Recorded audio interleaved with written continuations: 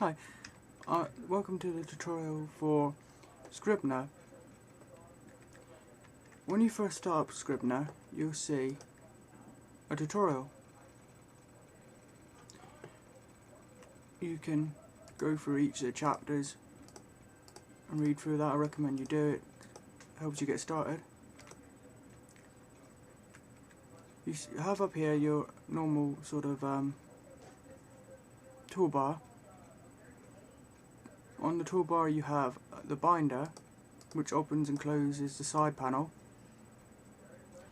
Add, which if you single click you get a new page.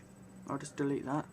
Or if you hold down your left mouse button, you get a choice to add new text, a new folder, or a new web page. Next you have delete, so if you have something highlighted you can hit delete to delete it and it'll put it in the trash. Then you have keywords. Here you can add all your keywords. Here you can add your keywords. You can press the plus to add one the category, or the button next to that to add the actual keyword. Delete is the next button, and then if you select your main folder for the keyword, you can hit the search button. Assign this one, etc. Next you have full screen. Opens up in full screen, so you're not got as much distractions on the screen by things like the desktop wallpaper. You can scale your text 100%, 110, 75, 50. Then you have paper position. You can center it on the screen, have it left or right aligned on the screen. Center is probably most people's favourite. Then you have the width of the paper. You can take up the whole of that screen or have a bit of a border. Then you have your keywords again, which is the same as what was on the toolbar. The inspector, you add your synopsis and notes and project notes, document notes. Hit plus to add your keywords and delete them. Next you have on there your word count and your character count, which is quite useful. Then you have fade, to fade the background or show the background completely. Then you have your button just to exit your full screen. Next on the toolbar you have edit scribblings. That is greyed out at the moment, but if I select say part 1 folder, I can hit it. Or what this is really for is if you want to edit more than one page, like say here we have step 1, step 2, but if you want to see them together as in one page and edit like that, you can select more than one page and hit edit scribblings, and you can see the two pages are joined together. I use shift to select more than one, like that, or I can press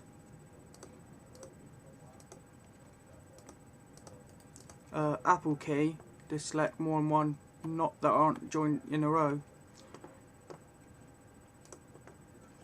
Next, over to the right we have the outliner,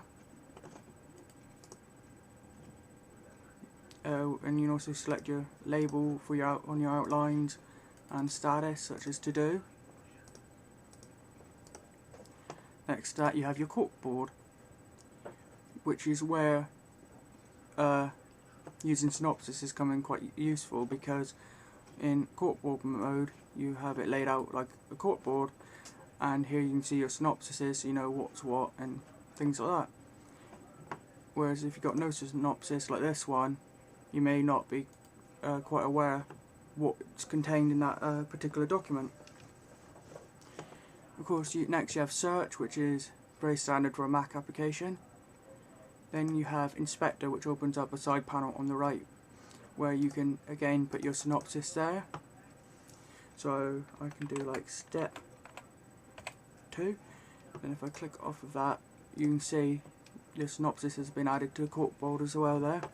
Your label, such as you can name it a concept, a chapter, or edit to add your own. Next you have status, to do, rough draft, non-applicable, final draft, or edit to add your own, which also includes a make default button.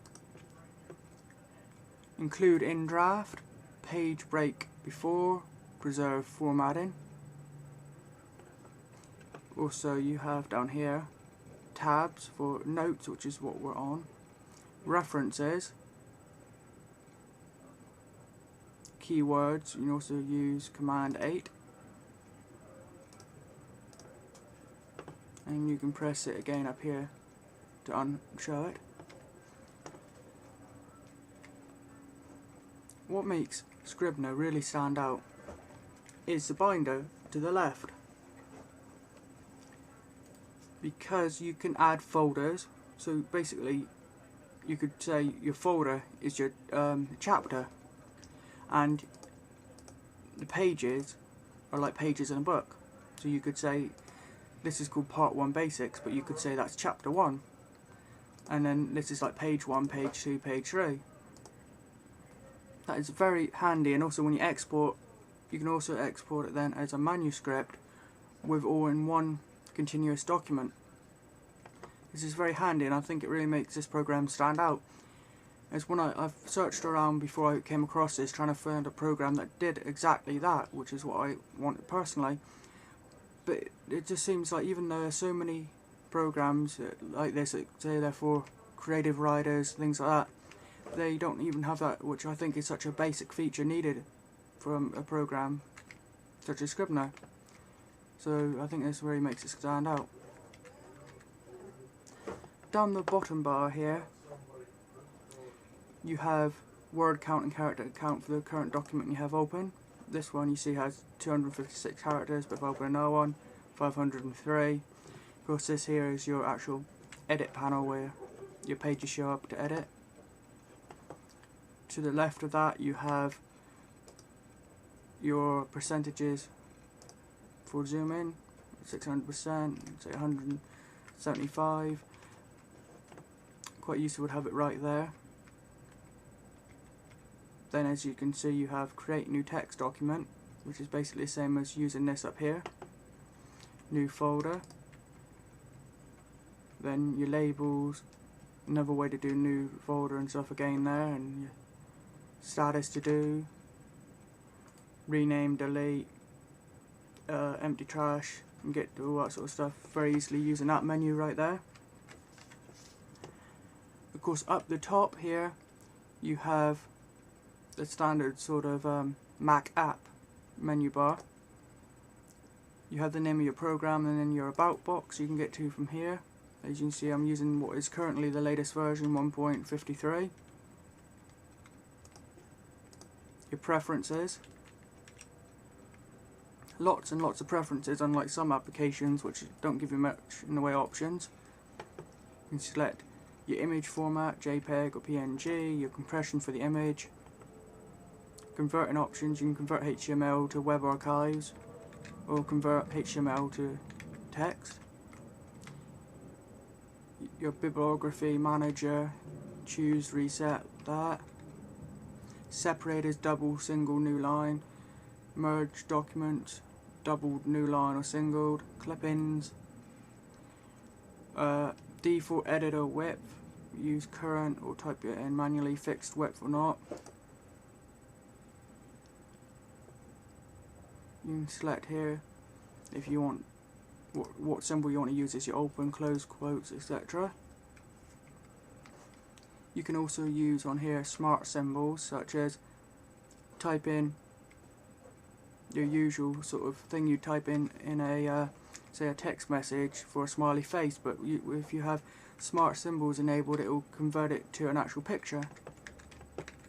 And you have fonts and colours, navigation, quite a few options there, such as opening links in an alternative editor, options for full screen here,